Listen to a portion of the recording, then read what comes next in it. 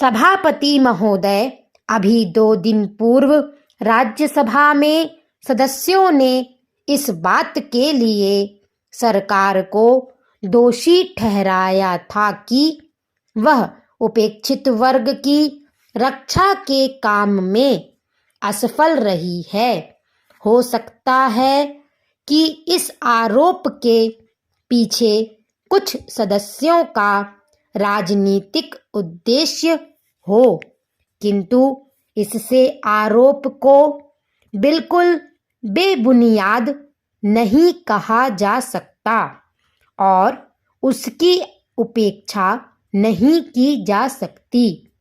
राज्य मंत्री ने भी इस आरोप के जवाब में यह कहा है कि उपेक्षित वर्ग को अत्याचारों से बचाने के लिए सरकार कदम उठा रही है। उन्होंने यह भी कहा कि जहां कहीं से अत्याचार की शिकायतें आ रही हैं, जांच पड़ताल की जाती है और अपराधियों को दंडित भी किया जाता है। सरकार इस संबंध में कितनी जागरूक है, इसके लिए उन्होंने गुजरात सरकार का यह उदाहरण पेश किया कि उसने अपने यहाँ पर आदेश जारी कर दिया है कि उपेक्षित वर्ग की सुरक्षा के लिए जिलाधिकारी जिम्मेदार ठहराए जाएं।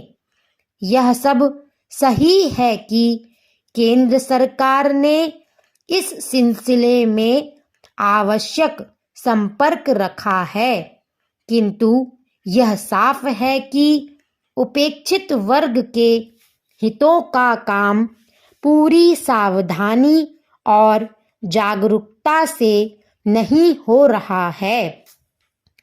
राज्य मंत्री ने अपने वक्तव्य में कहा गया है कि सन 1970 के वर्ष में उपेक्षित वर्ग पर अत्याचार की विभिन्न राज्यों में 1540 घटनाएं हुईं।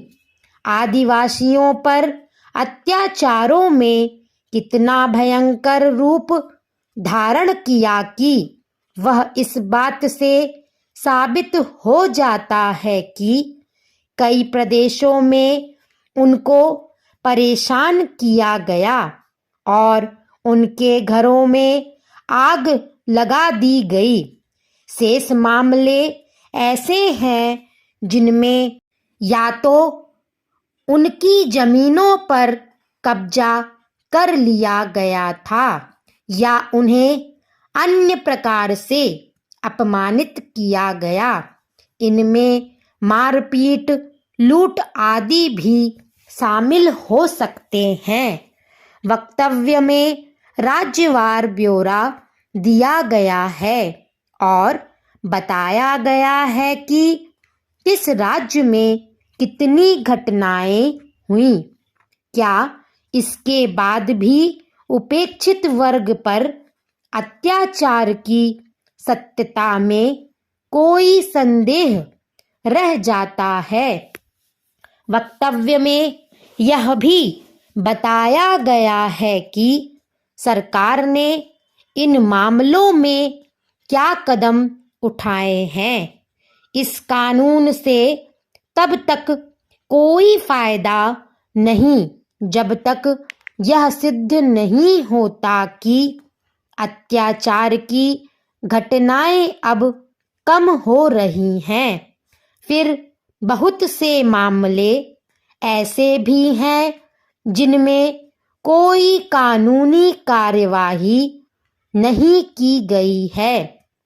अकेले मध्य प्रदेश में 40 मामले ऐसे हैं जिन पर राज्य सरकार कोई उचित कार्यवाही नहीं कर सकी। ऐसी स्थिति में अत्याचार करने वालों का हौसला बढ़ेगा तथा उपेक्षित वर्ग का प्रशासनिक जागरूकता से विश्वास खत्म होता जाएगा।